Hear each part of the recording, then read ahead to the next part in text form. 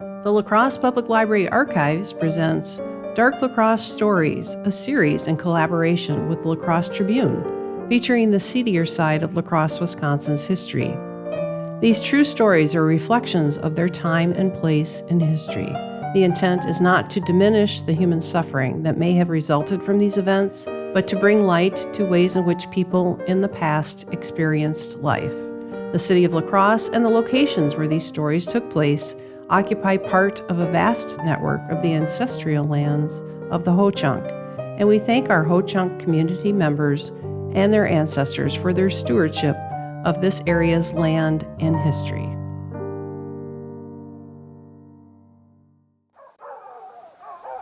Brooks handed the leash of his older dog Ted to me. We headed up the hills with Brooks' dog King in the lead. King led Brooks up the hillside out of the gully, but Ted pulled me into a hazel bush thicket. When I straightened up, I looked right into the eyes of Jens Thompson, the man accused of murdering his 3 neighbors in cold blood. That was Robert Dunn, a La Crosse Tribune reporter, describing how he came face-to-face with Jens Thompson, who had been on the run for 12 days. A triple murder in south-central Minnesota near Austin seemed far removed from La Crosse until there were multiple sightings of the murderer just across the river in Houston County. One newspaper called it the greatest manhunt since the days of Jesse James. This late summer drama began on Thursday, July 22, 1937. At about 11 a.m., Thompson, a 34-year-old bachelor farmer who lived with his mother, was armed with a .22 caliber rifle and a .32 caliber revolver. He drove to a neighboring farm where he shot and killed Lewis and Tony Lukes. Thompson also shot and wounded Fay Lukes, Lewis's 12-year-old son. Then he went to Joe Lukes' farm and shot Joe off his tractor. The 3 brothers lie dead in their fields while Thompson fled eastward toward Wisconsin. After finding Thompson's abandoned car, authorities spent a few days chasing down false leads in Minnesota, Iowa, and Wisconsin. On Monday, 4 days after the killings, Houston County Sheriff Arthur Brown was in Whitehall, Wisconsin, checking on a lead because Thompson was supposed to have relatives there. When he got word that Thompson had been sighted in Hoka, he raced back to Houston County. In the La Crosse Tribune, we reported that a 14-year-old boy said he saw a man in an apple orchard east of Hoka, about 5 miles northwest of Brownsville. The man asked the boy where he could get a drink of water, so the boy took him to a nearby farm. The farmer and his son talked to the man, and the man said he was a cattle buyer. Then the man disappeared into the woods. The boy identified the man as Jens Thompson from a picture published in the Tribune. George Brooks and his bloodhounds were called in. I went over to Houston County on Tuesday with 2 of my bloodhounds to help pick up the trail. There was a posse of almost 100 men, including sheriff's deputies, the sheriff from Freeborn County, Minnesota, a man from the Minnesota Crime Bureau, and local farmers. They were armed with everything from pistols to squirrel guns to deer rifles to shotguns to machine guns, and even some unarmed. It was tough country to search because of the dense underbrush, steep wooded hills, and deep valleys. You could only see about 10 feet away most of the time. After 5 hours, the dogs lost the trail. Thompson was known to be armed and dangerous. He shot 2 of the brothers through the head and the other through the heart with a .22 caliber rifle from 60 feet away. An old hunting partner said Thompson could shoot a limb off a tree and then shoot the bird that had been sitting on the limb before it could fly away. He was also a trapper in the winter, so he knew his way around the woods. Besides the terrain, the search was also hindered by a lack of rain that had made the soil dry and powdery. That soil did not hold scent well, so it was harder for Brooks's bloodhounds to follow the trail. The posse got a new lead a couple of days later from Mrs. George Kyle, an 80-year-old widow who lived on West Hoka Ridge, 8 miles north of Caledonia. I was in the house about 5:30 a.m. on Friday when the dog started barking. A dirty, unshaved man was walking by the woodpile. He came up to the house and asked for something to eat. I started making him some breakfast, and then I turned around and asked if he was the man they were looking for. He replied that he was, but said I had nothing to fear from him. I said, "I'm not afraid of you." He confessed how he killed those 3 men because they owed him money and wouldn't pay. I said, "You should be ashamed of your horrible deed," and I reminded him of the poor wives and children of the men he had killed.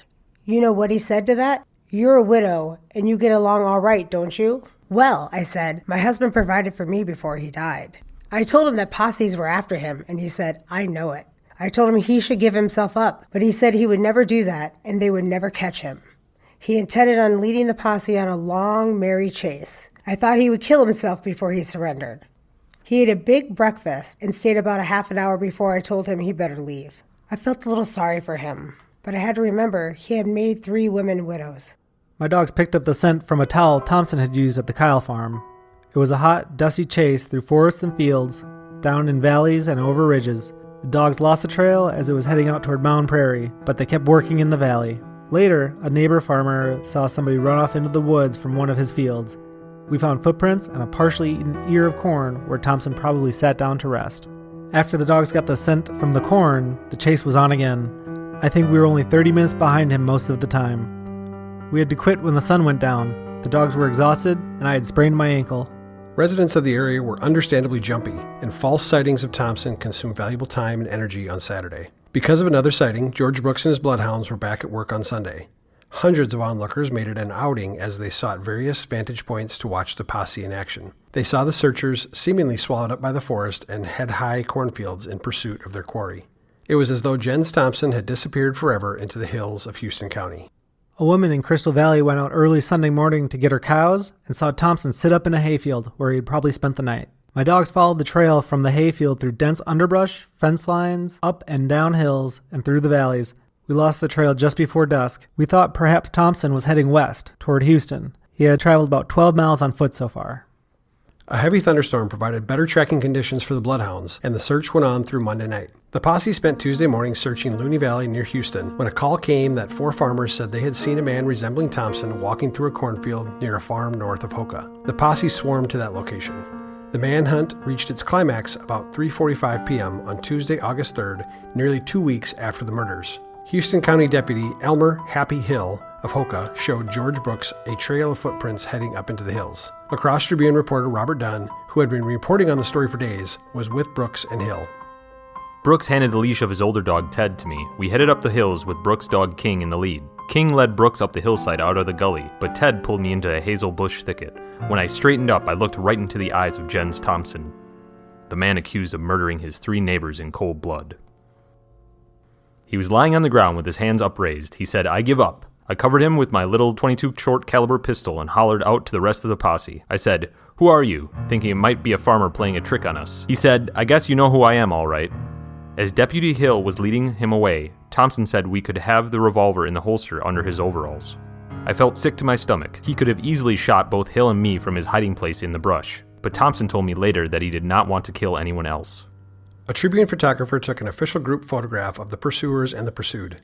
Handcuffed to Houston County Sheriff Arthur Brown, Thompson was then taken to Deputy Hill's tavern in Hoka. Most of the village came by to catch a glimpse of the captured fugitive. Then the posse's caravan drove to the county jail in Caledonia, where several hundred people gathered to see Thompson in custody. Thompson was transported to Albert Lea overnight, arriving at 4:30 a.m. A grand jury summoned during the night convened at 11 a.m. and indicted Thompson on 3 charges of first-degree murder. Thompson calmly admitted his guilt, and Judge Norman Peterson sentenced him at 3:45 p.m., almost exactly 24 hours after his capture, to 3 consecutive life terms in prison. Thompson expressed no remorse for his crime. That reporter who found me was so shaky that I could have easily taken that little pop gun from him. He kept walking around like he didn't know what to do. But I was ready to give up. I was glad it was over because I was tired of running. I killed the man who ruined my life. 18 years ago, I worked on the Lukes farm during threshing. Louis Lukes gave me a venereal disease. I went to a doctor about a year later. He told me I was incurable. I would never be able to get married or have children. I'd been losing weight and coughing up blood. That morning when I was shucking grain, I decided to kill the Lukes family and get it over with. They knew Louis had given me that disease, but they just sneered at me. I told the reporter from the Austin newspaper, if the Lukeses were in this cell right now, I'd do it all over again. Even if the electric chair is waiting for me in the next room. I'm not sorry, no siree. Thompson was on his way to the state prison in Stillwater the same day he pled guilty to murdering the Lukes brothers. On Thursday, August 5th, 1937, Jens Thompson started his life term of hard labor in the twine factory at the Stillwater State Prison. The Lukeses denied that Jens Thompson had ever worked for anyone in their family. Thompson's stated motive for the killings caused many rumors, including one that hinted the Lukes brothers had mutilated Thompson. The Freeborn County attorney requested a medical examination of Thompson in the Stillwater prison. The examining doctors found no evidence of any mutilation and stated Thompson had never had a venereal disease.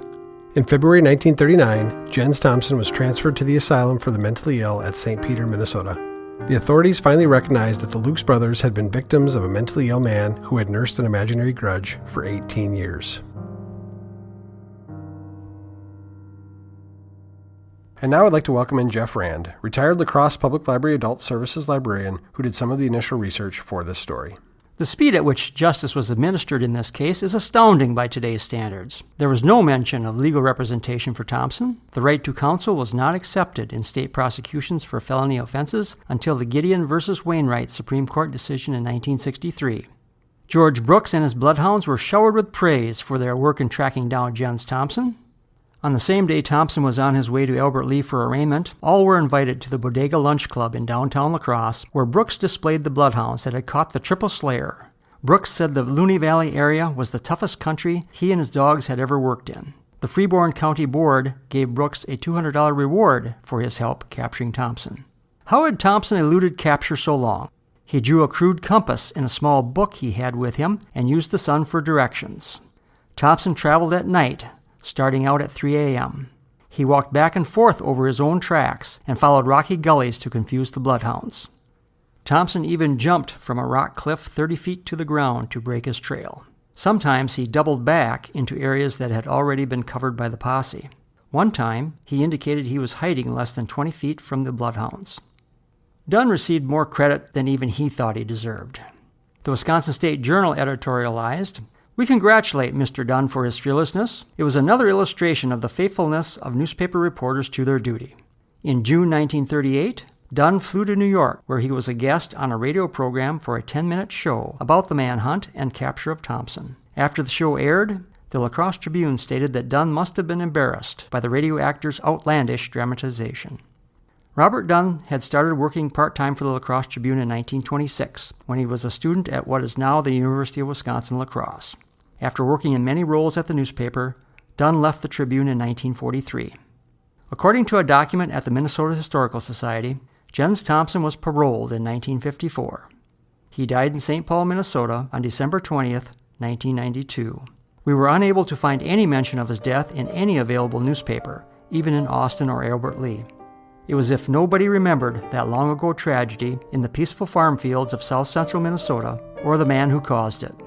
Thompson was buried under a simple gravestone in a small country cemetery between Albert Lea and Austin, not far from where he murdered 3 brothers in 1937 and triggered a manhunt that captured national attention. Thanks for listening.